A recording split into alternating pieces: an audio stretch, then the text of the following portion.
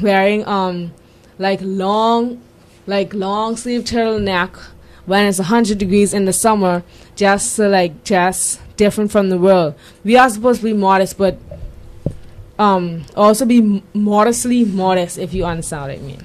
There's another quote from Messages to Young People. It's from Testimonies for the Church, Volume 6, page 96. And it says, in the tabernacle service, God specified every detail concerning the garments of those who ministered before him. Thus, we are taught that he has a preference in regard to the dress of those who serve him. Very specific were the directions given in regard to Aaron's robes, for his dress was symbolic.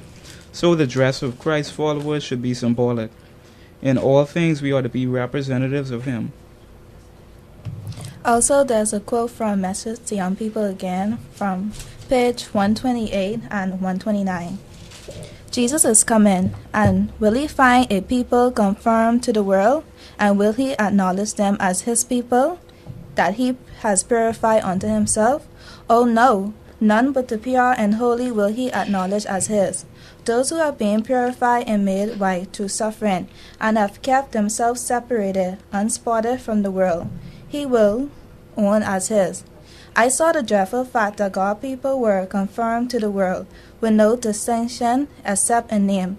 Between many of the professed disciples of the meek and the lowly Jesus, unbelievers, my soul felt deep anguish. I saw that Jesus was wounded and put to an open shame, said the angel, as with sorrow he saw the professed people of God, loving the world, partaking of its spirit, and following its fashion. Cut loose, lest he appoint you your portion with the hypocrites and unbelievers outside the city. Your profession will only cause you greater anguish, and your punishment will be greater, because you knew his will, but did it not. Our next verse will be John 15, verse 9.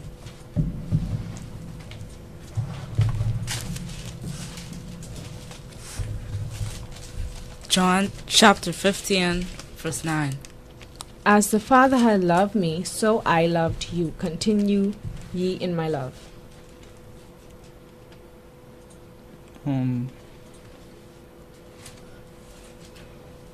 I see John 17, actually. John 17, verse. But Michael says is not. But there is actually a verse that I remember from that chapter where it says, I pray not that thou shouldest take them out of the world, but that thou... 15. 15.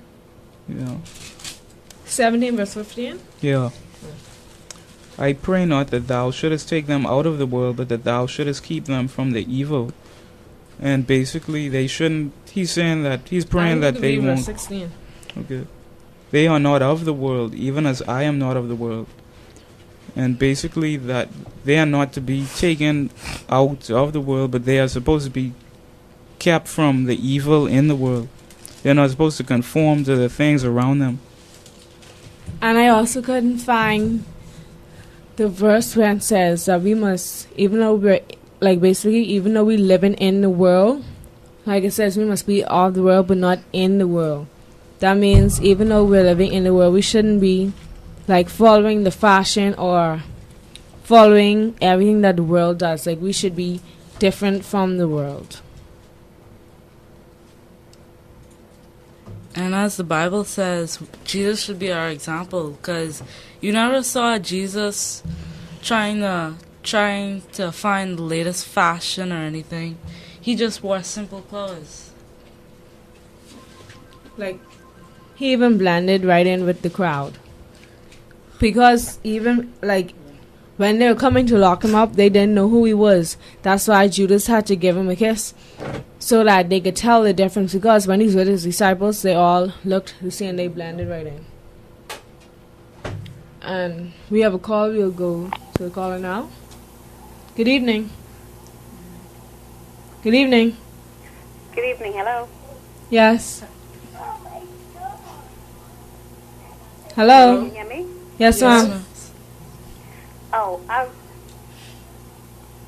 I just want to call and encourage you guys. I like this topic because there are so many young people out there don't know half the things you all are saying right now.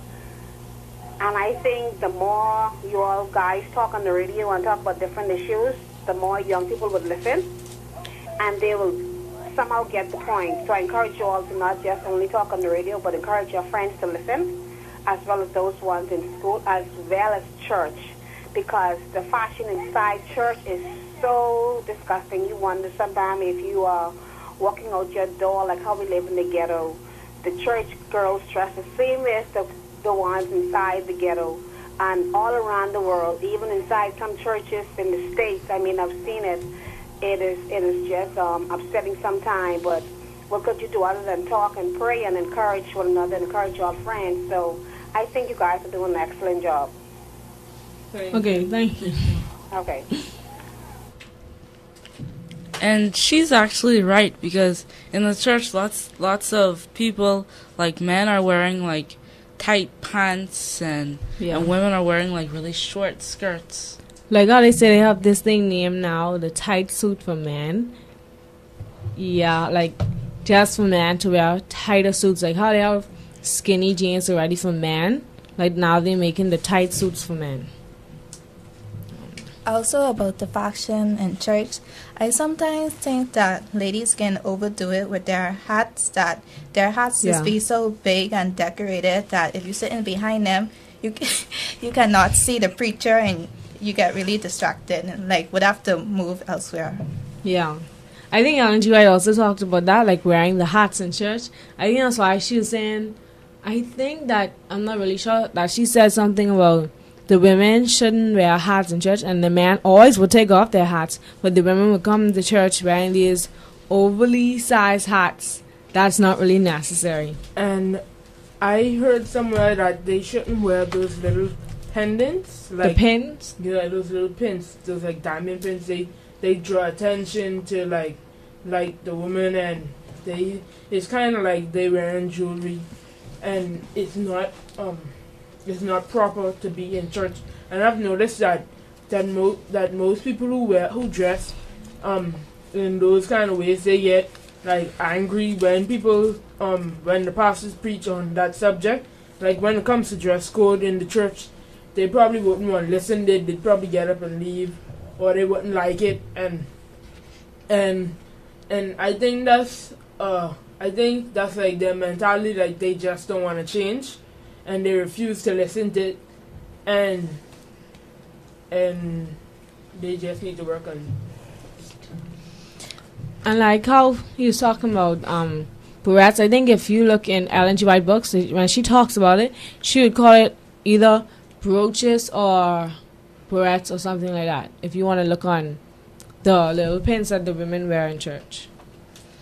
I also heard that in some places in Africa, women can go to prison for dressing slutty, like in ways that could attract perverts and rapists, and they could go in prison for that because they would cause the crime by the way they dress. Yeah.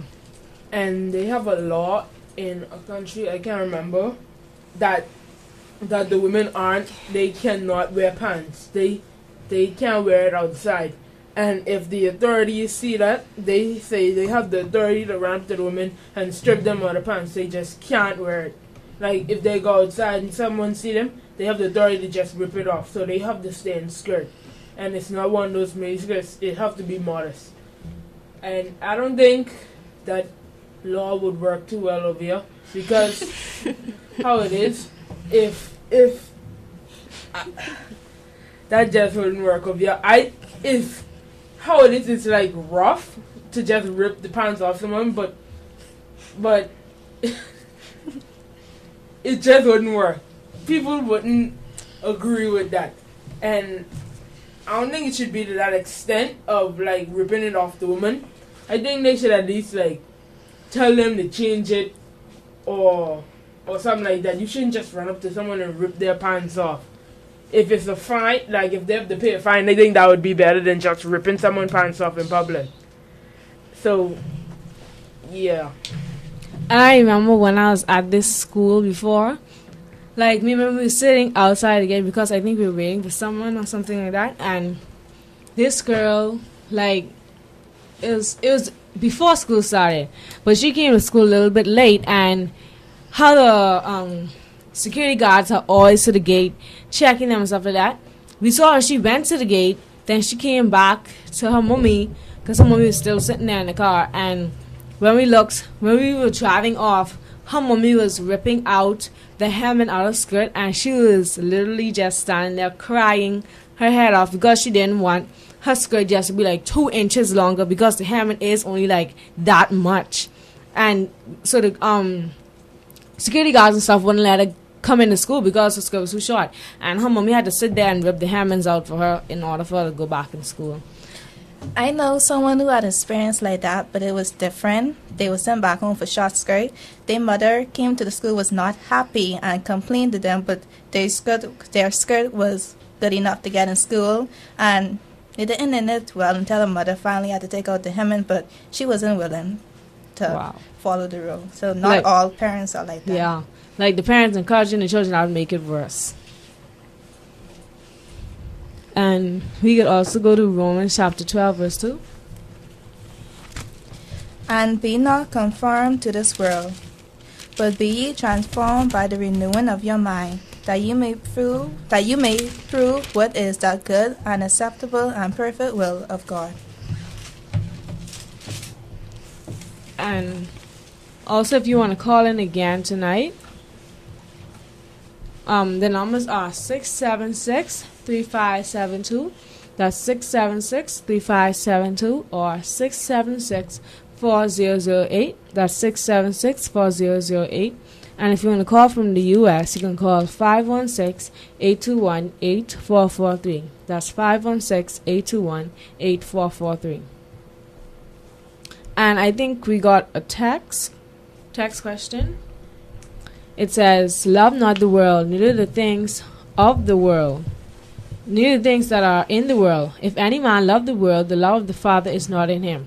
For all that is in the world, the lust of the flesh, and the lust of the eyes, and the pride of life, is not of the Father, but is of the world. And the world passeth away, and the lust thereof. But he that doeth the will of God abideth forever. 1 John chapter 2, verse 15 to 17. And Jesus said, if the world hate you, ye know that it hated me before it hated you. If ye were of the world would love his own. But because ye are not of the world, but I have chosen you out of the world, therefore the world hated you. John 15, verse 18 to 19.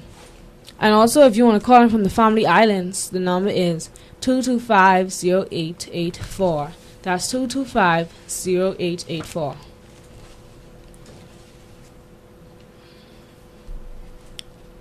I think what stood out to me just now in this one, when it said, if the world hate you, if you were of the world would love his own. But because you're not of the world would hate you. Like, you would see that every day when it comes to like bullying because of religion. Like, if you were in the world and following the fashion, they would just like you because of that, not because of who you are. Because that's why some children always think that they have to fit in to have friends or something like that.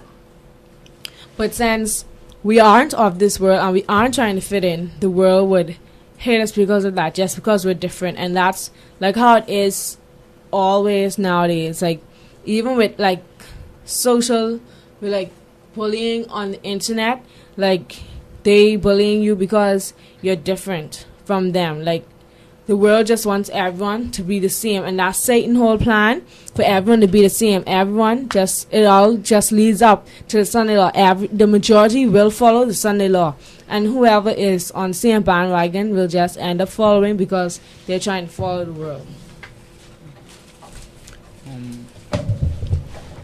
I just wanted to say, as God's people, we have to represent Christ, and even in our like fashion. And Jesus says, let your light so shine before men that they may see your good works and glorify your Father which is in heaven. And we have to show, if we don't represent Christ, we are basically representing Satan, because if we are not with him, we are against him. Yeah.